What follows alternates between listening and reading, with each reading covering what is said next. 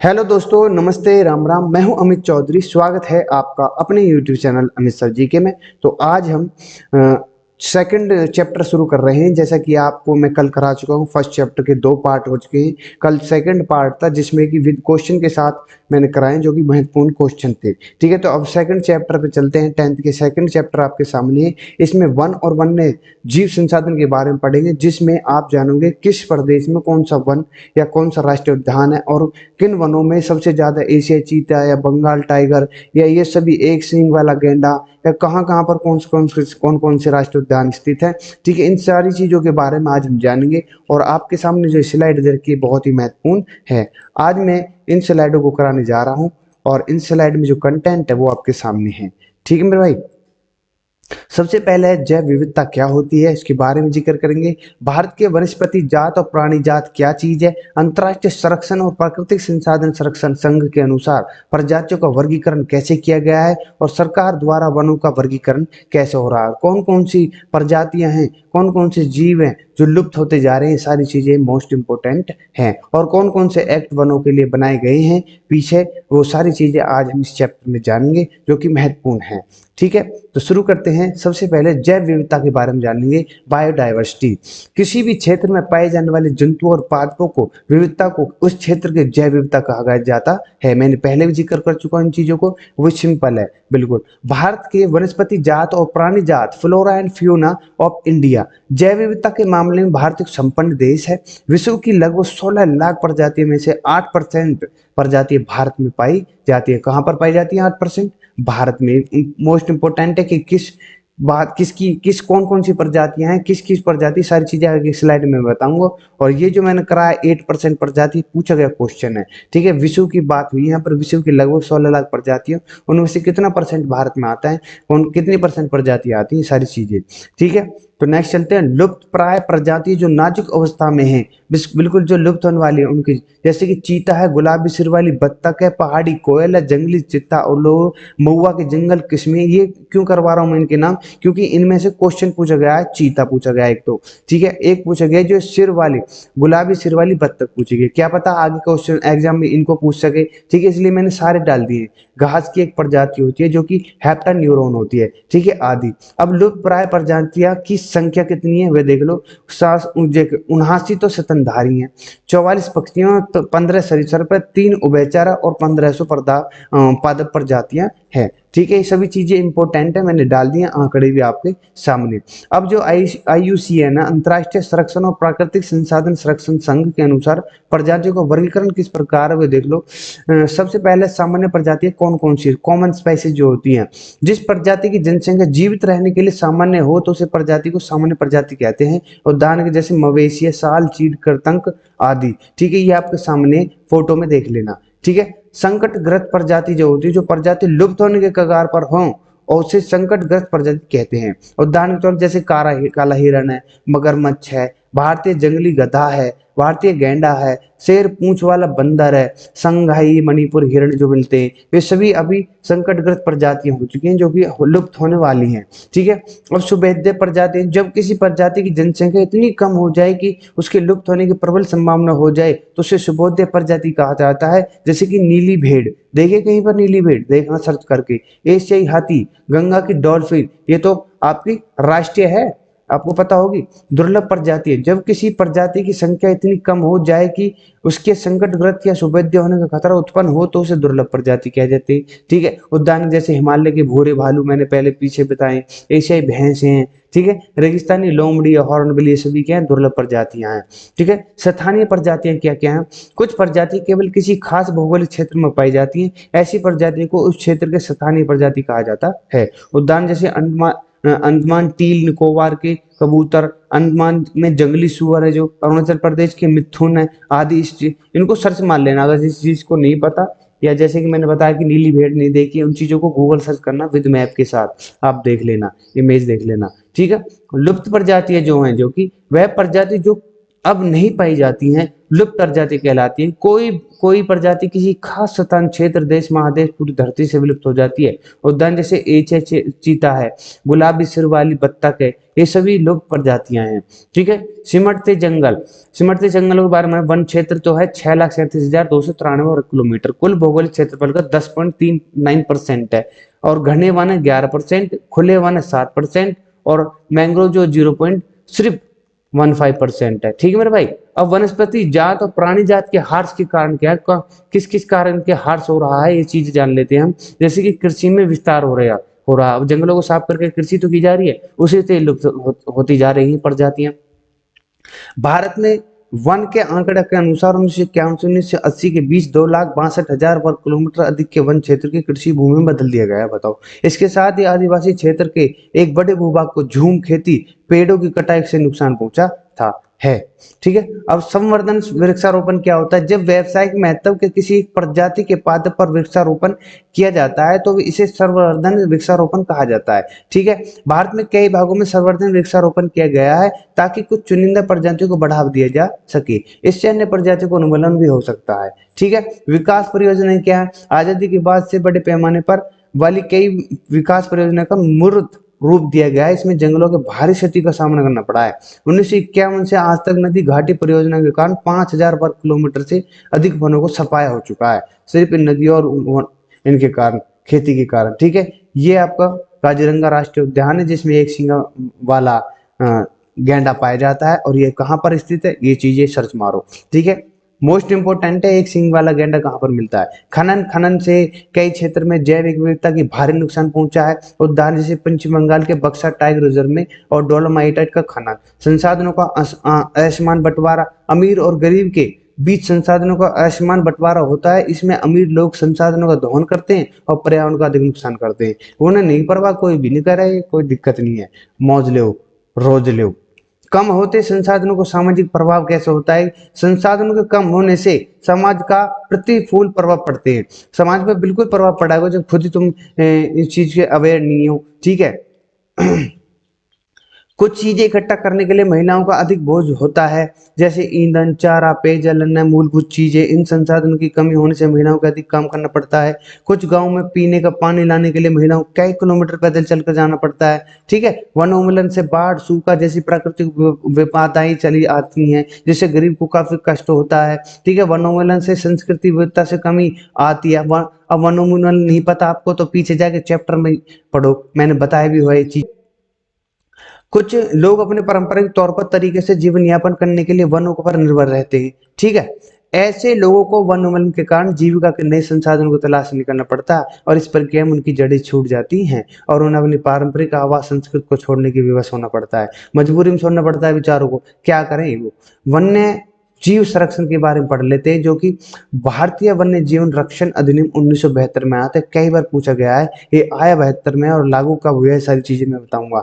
1960 और 70 के दशक में पर्यावरण संरक्षकों ने वन्य जीवन के रक्षा के लिए नए कानून की मांग की थी। उनकी मांगों को मानते हुए सरकार ने भारतीय वन्य जीवन रक्षण अधिनियम 1972 में लागू किया।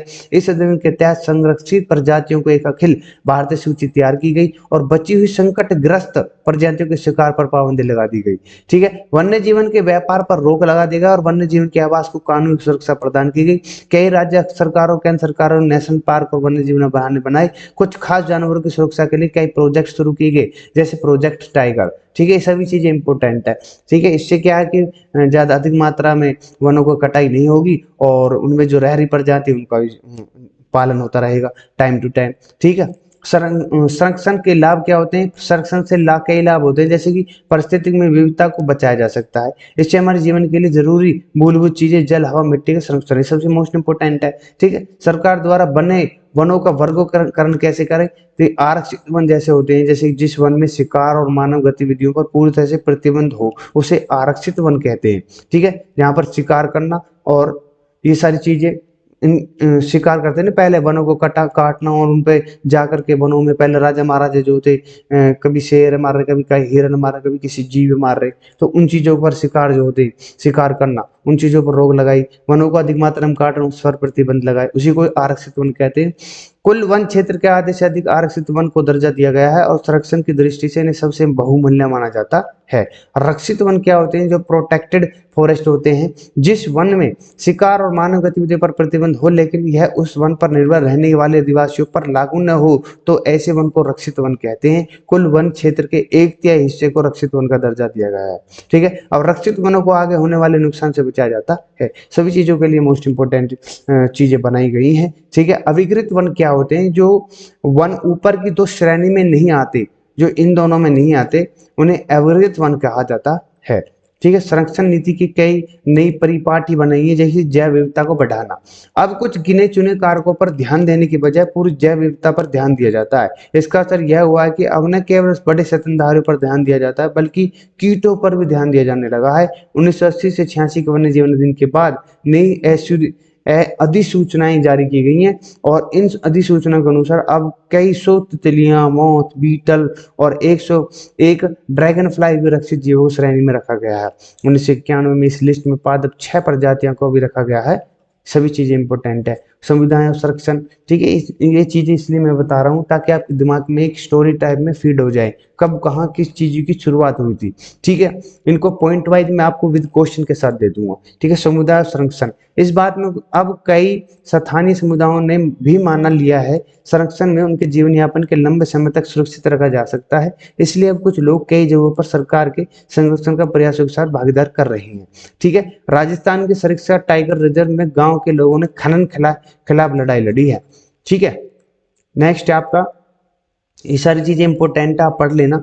ठीक है, नेक्स्ट प्रोजेक्ट टाइगर को पढ़ लेते हैं, जो कि मोस्ट इंपोर्टेंट है। बाघों को विलुप्त होने से बचाने के लिए प्रोजेक्ट टाइगर को 1973 में शुरू किया गया। इंपॉर्टेंट है भाई मेरे। ठीक है, 20वीं सदी के लिए शुरुआत में बाघों की कुल आबादी 55,000 थी, जो 1973 में घटकर 1827 हो गई।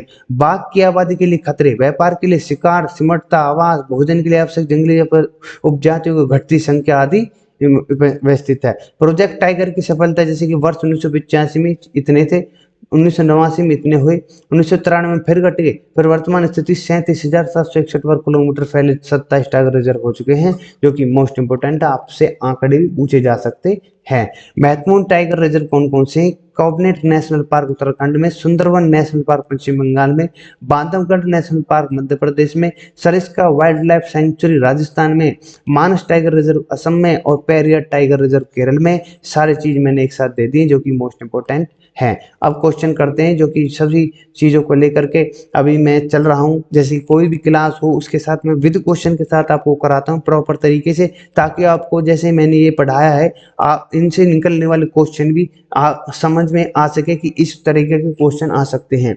निम्नलिखित में से कौन सा पक्षी द क्रिटिकल प्रजाति की श्रेणी में नहीं आता? जो क्रिटिकल प्रजाति के पक्षी रहते हैं, गुलाबी सिर वाली बत्तख, मोर, पर्वतीय बटेर या जंगली चींटीदार उल्लू। तो ये तीनों तो आते हैं, पर्वतीय बटेर, उल्लू, बत्तख, लेकिन मोर नहीं आता। ठीक है, इसने नहीं पूछा था क्रिटिकल प्रजाति जो।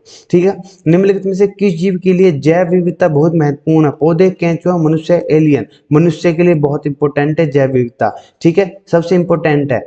ठीक, काला हिरण निम्नलिखित में से किस श्रेणी की जीव को है? विलुप्त है, दुर्लभ है, स्थानिक है, लुप्त है। अब जो काला हिरण है तो लुप्त पड़ जाती है, जैसे कि मैंने आपको बताया है। ठीक है, फोर्थ क्वेश्चन है, विभिन्न प्रकार के पौधे और प्राणियों को विभिन्न श्रेणियों में निर्धारण कौन सी एजेंसी करती है?